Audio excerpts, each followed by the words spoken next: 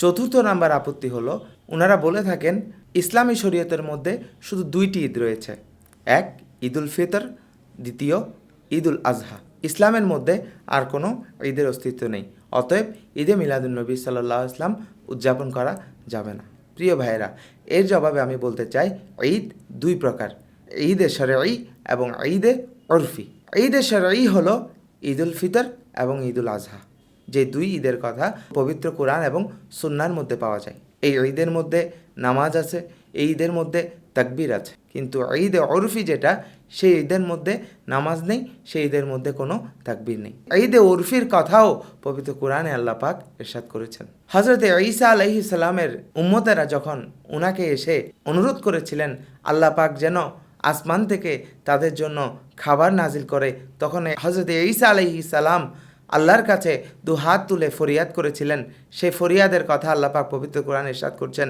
হযরত ঈসা আলাইহিস সালাম বলছেন, আল্লাহুম্মা রব্বানা আনজিল আলাইনা মাইদাতাম মিনাস সামাই তাকুনু লানা ঈদান লিআউয়ালিনা ওয়া আখিরিনা। অর্থাৎ, হে আল্লাহ, আপনি আমাদের জন্য আসমান থেকে খাবার নাজিল করুন। এই খাবার নাজিলের এই উপলক্ষটা আমাদের পূর্ববর্তীদের জন্য এবং পরবর্তীদের জন্য ঈদ হিসেবে উদযাপিত হবে। এই আয়াতে যে ঈদের কথা বলা হয়েছে সেটা হচ্ছে ঈদে উরফি, যে ঈদের স্বীকৃতি আল্লাহ পাক নিজেই পবিত্র কোরআনে দিয়েছেন। এছাড়াও আমাদের পরিবারে যখন কোনো সন্তান জন্ম লাভ করে, আমরা যখন কোনো ভালো কিছু অ্যাচিভ করি, আমরা যখন পরীক্ষায় পাশ করি, আমরা যখন কোনো ভালো চাকরি পাই, তখন আমাদের মধ্যে যে খুশির উপলক্ষ তৈরি হয়, সেই খুশির উপলক্ষকে কেন্দ্র করে যখন আমাদের অন্তরে ঈদের অনুভূতি তৈরি হয়, সেটাকে আমরা ঈদে উরফি বলে থাকি। যেহেতু নবীজির আগমনের চাইতে বড় খুশির উপলক্ষ একজন মুমিনের জীবনে আর কোনোটাই হতে পারে না, সে কারণেই নবীর আশিকগণের কাছে এই মিলাদুন্নবী হচ্ছে সবচাইতে বড় ঈদ।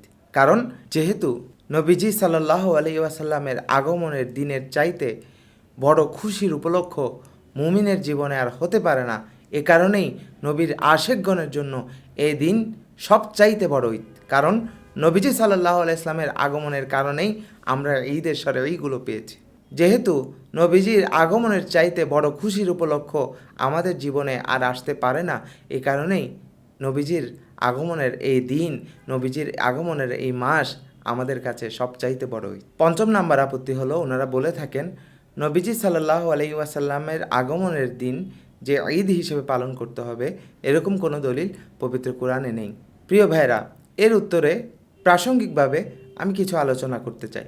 ইলমে মান্তিক নামে একটা বিষয় রয়েছে, সেখানে কুল্লি নামে একটি পরিভাষা রয়েছে, অর্থাৎ একটি শব্দ অনেকগুলো বিষয়কে অন্তর্ভুক্ত করে।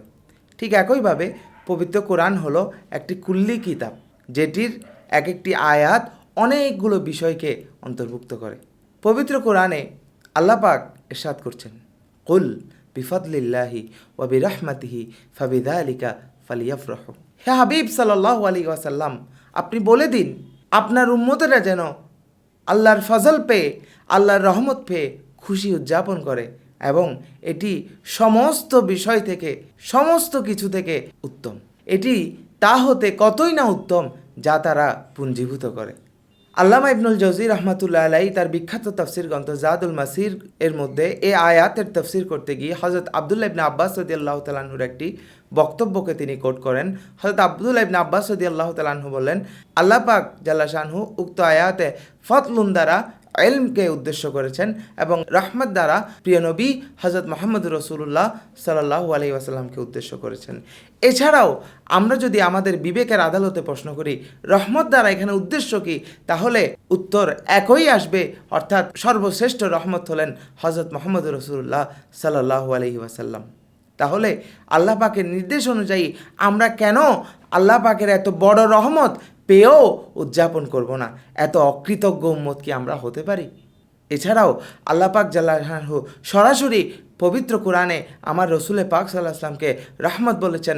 শুধু রহমত নয়, রহমাতুল আলামিন বলেছেন, অর্থাৎ ওয়ামা আরসালনাকা, আল্লাহ পাক বলেছেন ওয়ামা আরসালনাকা ইল্লা রাহমাতাল লিল আলামিন, হে নবী, আমি আপনাকে পুরো বিশ্ব ব্রহ্মাণ্ডের জন্য রহমত হিসেবে পাঠিয়েছি। মহান আল্লাহ তাআলার এই ঘোষণার পর আর কোনো সন্দেহের অবকাশ নেই যে রসুলে পাক সাল্লাল্লাহু আলাইহি ওয়াসাল্লাম হলেন সবচাইতে বড় রহমত। আর এই রহমত পেয়ে কি আমরা উম্মতেরা খুশি উদযাপন করব না? আমি বিশ্বাস করতে চাই আল্লাহর এত বড় রহমত পেয়ে, এক রহমাতুল্লিল আলামিনকে পেয়ে খুশি উদযাপন করার ক্ষেত্রে অন্তত কোনো মুসলমান বাধা হতে পারে না, আমি এটা বিশ্বাস করতে চাই। 6 নাম্বার আপত্তি হলো, ওনারা বলে থাকেন ঈদে মিলাদুন্নবী সাল্লাল্লাহু আলাইহি ওয়াসাল্লাম উদযাপন করা বিদআত। যারা মূলত ঈদে মিলাদুন্নবী সাল্লাল্লাহু আলাইহি ওয়াসাল্লাম উদযাপন করাকে বিদআত বলে, ওনারা বিদআতের সংজ্ঞাই জানেন না। ওনাদের আচরণ অনেকটা ওই লোকের মতো যে লোক যাচাই না করেই কান চিলে নিয়ে গেছে মনে করে চিলের পেছনে দৌড়ায়। আজকের আলোচনার বিষয়বস্তু যেহেতু বিদআত নয়, আমি বিদআত নিয়ে বিস্তারিত বলতে যাব না, তবে সংক্ষেপে কিছুটা বর্ণনা দেওয়ার চেষ্টা করব। বিদআতের সংজ্ঞা দিতে গিয়ে প্রখ্যাত ইমাম শাফিঈ রাদিয়াল্লাহু তাআলা আনহু বলেন, মা আহদাসা বিখিলাফিন কিতাবান আও সুন্নাতান আও আসারান আও ইজমাআন ফাহাদিহি বিদআতুন দালালা। অর্থাৎ যা কিছু কোরআন, সুন্নাহ, ইজমা এবং আসারের বিপরীত গিয়ে প্রচলন করা হয় তাই হলো বিদআ দলালা, অর্থাৎ পথভ্রষ্ট বিদআত, অর্থাৎ মন্দ বিদআত। ইমাম আবুল আব্বাস কুরতুবী রাহমাতুল্লাহ আলাইহি বলেন, হাকিকাতুল বিদআ মাবতুদিয়া ওয়া মাফতাতাহা মিন গায়রি আসলিন শারঈয়্যিন। অর্থাৎ শারঈ দলিল ব্যতীত যা কিছু চালু করা হয় তাই হলো বিদআহ। আমি এই দুইটি সংজ্ঞা থেকে যদি ইমাম শাফিঈ রাদিয়াল্লাহু তাআলা আনহুর সংজ্ঞাটা নিয়ে একটু বিশ্লেষণ করি, তাহলে দেখতে পাই যে ইমাম শাফিঈ রাদিয়াল্লাহু তাআলা আনহু স্পষ্টভাবে বলেছেন যে কোরআন, সুন্নাহ, ইজমা এর বিপরীত গিয়ে যে আমল প্রচলন করা হয় তাই হলো মন্দ বিদআত। আমি শুরু থেকে এখন পর্যন্ত যে আপত্তিগুলোর জবাব দিয়েছি, সেই আপত্তিগুলোর জবাবের মধ্যে স্পষ্টভাবে প্রমাণিত হয় ঈদে মিলাদুন্নবী সাল্লাল্লাহু আলাইহি ওয়াসাল্লাম এটা কোরআন, সুন্নাহ বা ইজমার বিপরীতে গিয়ে প্রচলিত কোনো আমল নয়, এবং ঈদে মিলাদুন্নবী সাল্লাল্লাহু আলাইহি ওয়াসাল্লাম উদযাপন করাটা কোরআন, সুন্নাহ এবং ইজমা দ্বারা স্পষ্টভাবে প্রমাণিত। অতএব ঈদে মিলাদুন্নবী সাল্লাল্লাহু আলাইহি ওয়াসাল্লাম উদযাপন একটি কোরআন এবং সুন্নাহ ইজমা সমর্থিত উদযাপন। এই উদযাপনকে কেন্দ্র করে যে আমলগুলো করা হয়, যেমন রোজা রাখা, নবীজির সিরাত নিয়ে আলোচনা করা, মানুষকে খাওয়ানো এবং মানুষকে পানি পান করানো সহ ইত্যাদি যে ভালো কাজগুলো করা হয়, প্রত্যেকটি কাজ শরীয়ত সমর্থিত। সুতরাং ঈদে মিলাদুন্নবী সাল্লাল্লাহু আলাইহি ওয়াসাল্লামকে মন্দ বিদআত বলার ধৃষ্টতা দেখানোর কোনো সুযোগ নেই, বরং এটি নবী প্রেমিকদের জন্য নবীজি সাল্লাল্লাহু আলাইহি ওয়াসাল্লামের প্রতি ভালোবাসা, আবেগ প্রদর্শনের একটি মহান উপলক্ষ। শুধু তাই নয়, নবীজি সাল্লাল্লাহু আলাইহি ওয়াসাল্লামের আদর্শে ব্যক্তি জীবন, সমাজ জীবন, রাষ্ট্রীয় জীবনকে গড়ে তোলার অনুপ্রেরণা আমরা এই ঈদে মিলাদুন্নবী সাল্লাল্লাহু আলাইহি ওয়াসাল্লাম থেকে লাভ করতে পারি। প্রিয় দর্শকবৃন্দ, আজ এতটুকুই। পরবর্তীতে অন্য কোনো গুরুত্বপূর্ণ বিষয়ে আপনাদের সম্মুখে আবারও হাজির হব। সে পর্যন্ত আপনারা ভালো থাকবেন। আসসালামু আলাইকুম ওয়া রাহমাতুল্লাহি ওয়া বারাকাতুহু।